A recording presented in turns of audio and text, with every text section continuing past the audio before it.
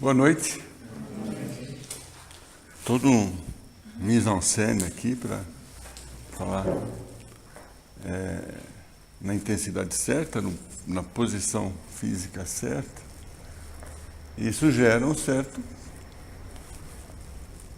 certa paura, mas vamos que vamos, né? O tema nosso tem tudo a ver com aquilo que você falou, Rita. O segundo tema é amor, né? Está no capítulo 11 do Evangelho segundo o Espiritismo, que Kardec intitulou Amar o Próximo como a Si Mesmo. E eu diria que esse capítulo, ele é a chave e a maior dificuldade para nós colocarmos em prática as recomendações de Jesus. O Espírito Lázaro, nesse mesmo capítulo, nos fala o seguinte: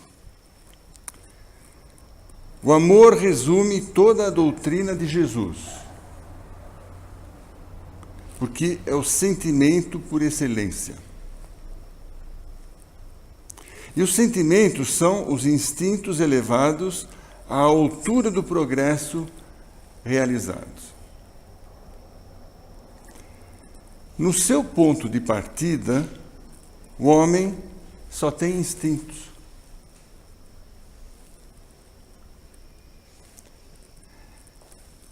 Abrindo aspas nessa parte, nós viemos dos reinos inferiores, né? Do reino, estagiamos pelo reino vegetal, mineral, vegetal, animal, e o que nos fez romper essa barreira do reino animal para o reino hominal foi a nossa inteligência. A partir de um determinado momento, nós passamos a ter o pensamento contínuo e passamos a entender, começar a perceber o mundo à nossa volta, nos perceber, ter a noção de futuro, coisa que até então não tínhamos. Podíamos ter alguma ideia do passado, mas do futuro, não. Até então, nós estávamos vivendo pelos nossos instintos, instinto de sobrevivência. E quando nós rompemos essa barreira, ou seja, adquirimos essa consciência de nós mesmos, não foi muito diferente. Continuamos, apesar da nossa inteligência, continuamos os instintos continuaram a fazer parte importante da nossa vida, né? Com a diferença de que agora estávamos com a nossa inteligência preocupados em progredir, em evoluir, em conquistar mais conforto, mais segurança. E então é isso que ele fala aqui. O homem no início só tem instintos. Mais avançado e corrompido só tem sensações. Como é que é esse negócio de corrompido? Nessa busca pela sobrevivência, aquele que desenvolve um pouco mais as suas habilidades, ele conquista um pouco mais do que o outro, e ele começa a ficar com medo de perder aquilo que ele conquistou. E aí ele se corrompe, porque nesse primeiro momento ele fica egoísta, ele desenvolve.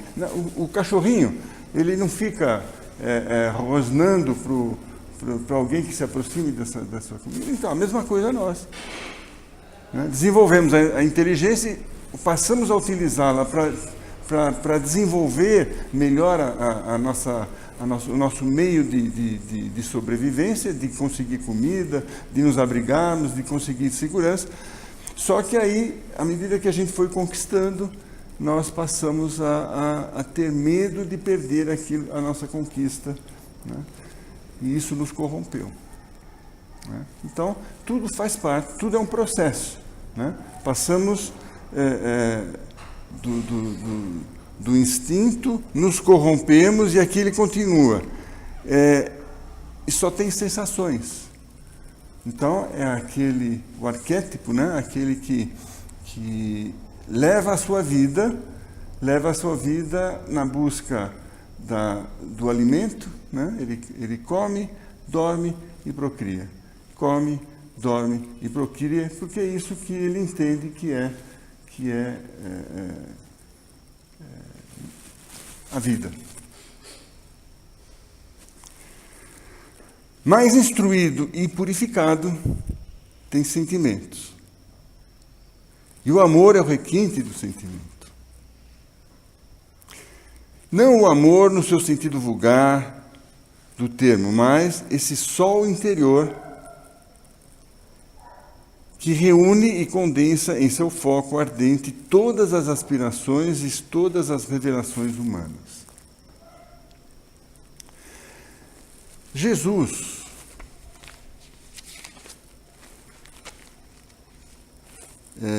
anotado por Mateus, ele diz que o maior mandamento é: amarás ao Senhor teu Deus de todo o teu coração e de toda a tua alma, e ao teu próximo como a ti mesmo. Será que nós já estamos em condições de dizer ou de amar o nosso próximo?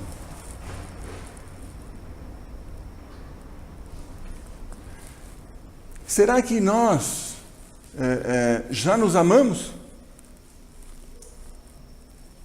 Porque a gente só vai conseguir dar alguma coisa para alguém se nós já tivermos isso. A gente só vai conseguir dar água para alguém, matar sua sede, se nós tivermos sede. Não é assim? E nós só vamos conseguir amar se tivermos desenvolvido o amor em nós, se nós nos amarmos. Será que os gestos que nós estamos fazendo e que achamos que são gestos de caridade são realmente gestos em benefício do próximo, genuinamente, de coração? Ou será que fazemos porque ouvimos falar? Então, o importante, a primeira coisa que nós temos que fazer é aprender a nos amar. Mas como é que é esse negócio de aprender a nos amar? É nos aceitarmos como nós somos. Com tudo aquilo que a gente tem de bom e com tudo aquilo que a gente tem de ruim. Se um colega de trabalho tem uma performance melhor que a minha, apresenta trabalhos melhores do que os meus,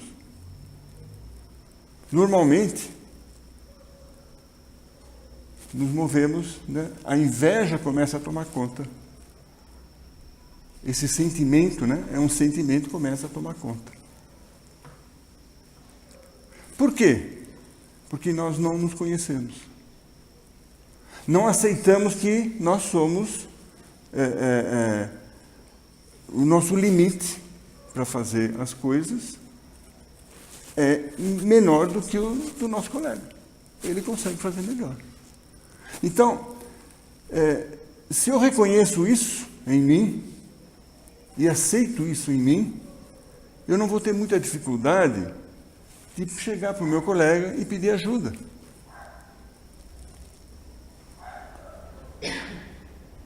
Agora, se eu ficar com inveja, se me mordendo de inveja, eu vou querer achar defeito naquilo que ele está fazendo, vou querer talvez até prejudicá-lo.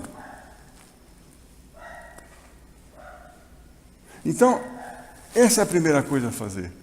Nos aceitarmos do jeito que nós somos, com as nossas virtudes e os nossos defeitos. Colocar-se no lugar do outro também é uma coisa importante. Né? A gente sempre ouve falar, puxa, mas se você se colocasse no meu lugar, você entenderia melhor aquilo que eu estou querendo dizer ou por que eu fiz determinadas coisas. E é verdade. Só que esse colocar-se no lugar do outro não significa simplesmente trocar de lugar, mas significa principalmente pensar como ele. Para chegar a uma conclusão do porquê que ele fez aquilo que ele fez. Por exemplo, um homem-bomba. A gente abomina os homens-bombas, não abomina? O que fez ele pensar daquela maneira? Então, se colocar no lugar não é pegar uma bomba não, eu nunca vou explodir a bomba porque eu não penso como ele. É pensar no que levou ele a acreditar que esse era uma atitude correta. Uma pessoa que viveu a vida toda, a sua infância, aprendendo que fazendo assim ele iria agradar a Deus. E ele acredita nisso. Aí você começa a pensar de maneira diferente. Começa a ser, ao invés de criticar um homem-bomba, ao invés de abominar o homem-bomba, a gente percebe que eles mais precisam de ajuda, de oração.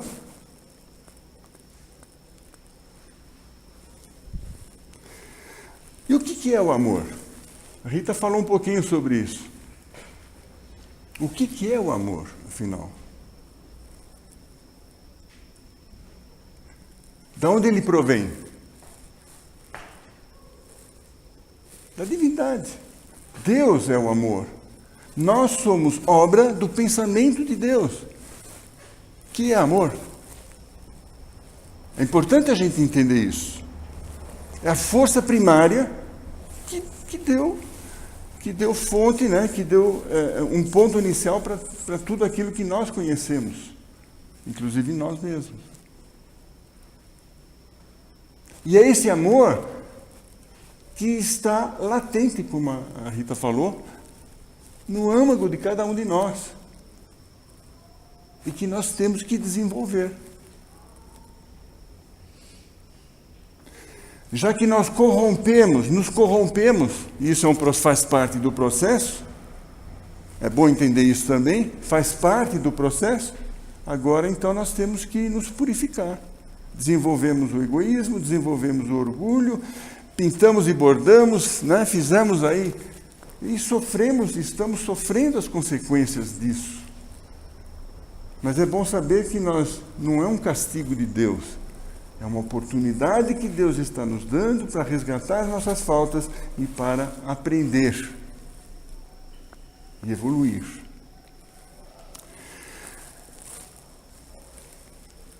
O terceiro ponto que eu acho que seria interessante a gente abordar é como amar. Já que nós estamos falando de amor, como amar? Nós estamos acostumados com o amor condicional, né? Eu te faço uma coisa, em troca eu espero no mínimo um agradecimento, né? Entre namorados ou entre um casal, né? Um dos primeiros itens é lealdade. Então, eu caso com você se você jurar lealdade, né? É um tratado, né? onde um espera alguma coisa do outro. Quando, na verdade, já que nós estamos falando aqui passamos pelo casamento, a gente jamais deveria esperar que o outro nos faça feliz. Nós é que deveríamos, porque fazer com que o outro nos faça feliz imaginar que as nossas expectativas em relação a ele ou a ela sejam satisfeitas. E na época de namoro é tudo lindo, tudo maravilhoso, né? Um se mostra na sua melhor perspectiva para o outro, criam-se expectativas que, com o passar do tempo, vão se desfazendo. Então, não é o outro que tem que se modificar para nos fazer feliz, para que as nossas expectativas sejam atendidas.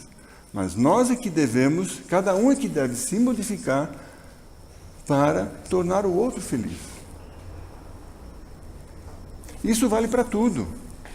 Nós estamos dando aqui um exemplo, marido e mulher, mas isso vale para todos os tipos de relacionamentos com os quais nós temos. Né?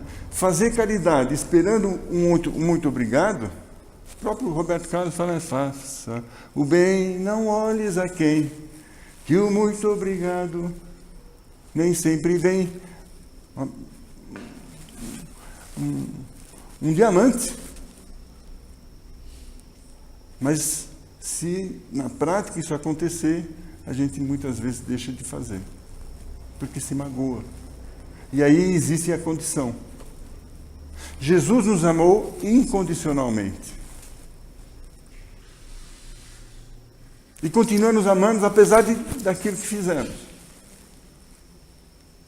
Em tudo ele foi o exemplo. E o exemplo é o único. É o único meio de educação. Com os nossos filhos. É muito legal quando a gente vê jovens assim, para o centro, para aprenderem. Muito legal quando a gente vê os pais preocupados, trazendo seus filhos para a evangelização. Isso tudo são demonstrações de amor.